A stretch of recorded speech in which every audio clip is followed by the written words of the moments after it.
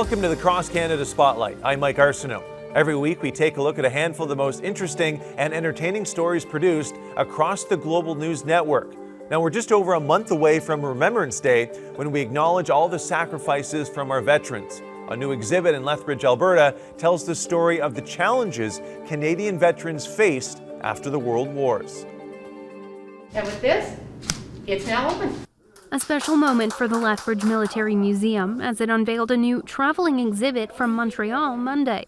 It's displays like this that remind us that a soldier's duty is never done, even after we're finished serving in the military. Entitled A Better World, Post-War Social Movements and the Canadian Veteran, the exhibit dives into societal changes following the World Wars.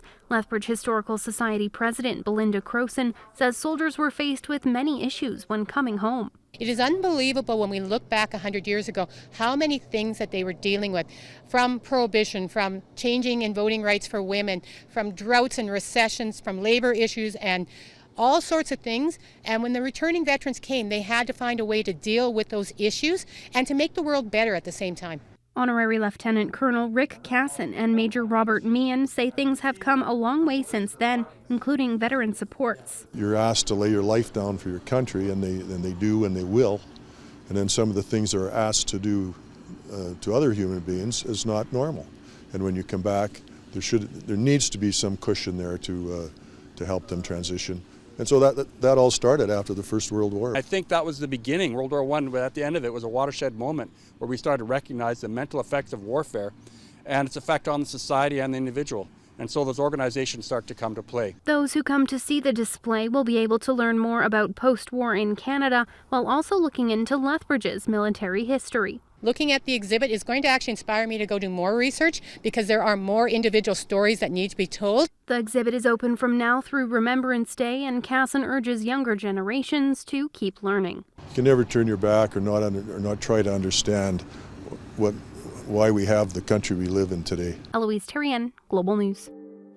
Obviously, it's fantastic to hear that conditions have improved for returning veterans because, as Major Meehan said, there has to be multiple layers of support for these brave men and women when they return to civilian life. Speaking of supporting others, a senior in Alberta founded men's sheds to help retirees combat feelings of loneliness and isolation. This is Wayne Warner's Lifeline, a truck bay converted to a woodworking shop and hangout spot. It's called Men's Shed, and there are more than 24 of them across the country. Isolation is a disease, and it kills people. Warner and his friends built up this men's shed in Cold Lake, Alberta, after seeing too many others like them retire without a plan or purpose. They've ended up either sitting in a recliner or watching TV all day, and their next best friend becomes a bottle. 2 or 3 years into retirement, they're dead. A Stats Canada report links loneliness to a higher mortality rate in seniors, and doctors say it is just as deadly as smoking. Warner fears the stay-at-home message is making it worse. Part of that is fear. There's been nothing but fear come out of the pandemic. The Canadian Association for Retired Persons says many seniors are still distanced from friends and family, stuck at home. I have no restrictions on mobility and I have a pension, but I've got nowhere to go. I could do things to get out and see more people. I'm still erring on the side of caution. Men's Shed has had to adapt to health restrictions. Still, it's a place for guys to gather, talk if they want, work with their hands. Younger men are welcome too, because Warner knows having a place to go and people to see could mean all the difference. I've lost friends. If we save one life, we've gained something. Candace Lagoski, Global News. People from Wayne's generation were generally taught to keep their feelings to themselves, so it's encouraging to see that Wayne acknowledges that there's an issue and he's developed a mechanism to help others overcome feelings of loneliness. And it's a nice touch that younger men are able to attend as well. I have zero woodworking skills, so in exchange for some conversation and helping others, I could pick up a few pointers as well. It's a win all around. Staying in Alberta, where a Calgary Stampeder's defensive back became a receiver during the at-home birth of his son. Yes, I said that correctly. Take a look. Jamar Wall has the football. On the field, the Calgary Stampeders count on defensive back Jamar Wall to keep the opposition at bay. At home, the Stamps captain has an even more important title, Dad. When Wall and his partner Natasha were ready to welcome their first son last week, they knew they wanted a home birth. They just didn't expect it would happen in their kitchen, with Wall helping deliver 7.6-pound baby Zayden. It happened on his very last day off, so we didn't have to worry about work practice or any of that, and didn't have to worry about his away games. So just feeling super blessed that it happened when and where it did. I was able to catch him out of the room, and it was a cool experience. It was definitely something that I've never expected to happen, especially not on the kitchen floor, but it was really good. It was great. She did amazing. Zayden came out healthy, happy, and now we have our family complete. For the record, Wall says catching a baby is much easier than catching a football. Little Zayden has quickly enchanted big sister Talia and the Stampeders family. Defensive back Royce Mechie has already been on babysitting duty, while other parents on the team find themselves bonding over fatherhood. It's talking about strollers and car seats and family cars and things like that. And we're just like, I think it was me and Bo, we were talking, it's like, that's how you know we're getting old. And we're talking about family cars, and that's exciting us, right? 4 days after Zayden's birth, Wall returned to McMahon Stadium for his first game back from a calf injury. Finally be able to get back there and play with my teammates, man. It felt amazing. We have not won 2 games back-to-back yet, and that's in our mind, and we know that's going to be our hump. So we're coming in, we're focused this week. We've had a great week of practice so far. The team hopes the newest member of the Stamps family brings them some more luck this weekend as they travel to Saskatchewan for a rematch against the Rough Riders. Cami Kepke, Global Sports. I had a very similar experience to Jamar and his family. My daughter was also an at-home birth. It was unplanned, and I also assisted in the delivery. It was an unforgettable experience to be sure, but one that we don't really have a desire to replicate if we have another kid.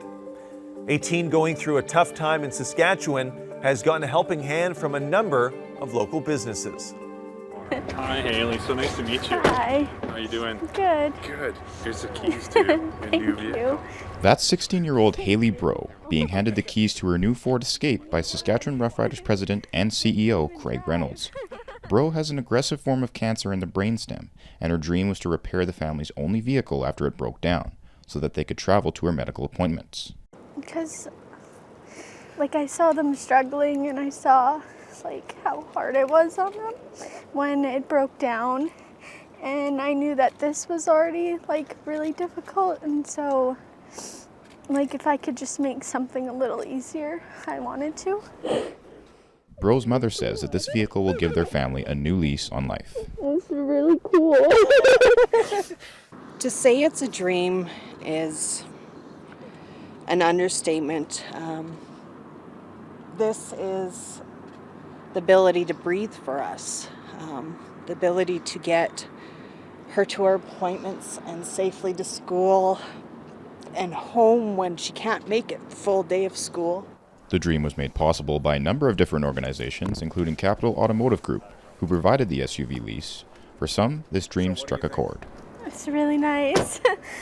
This is a really emotional dream because so many of us are parents. When we first called and spoke to Haley's mom and to Haley, it was really emotional. There were tears on the phone, and you saw it today where both mom and Haley were so emotional when it happened.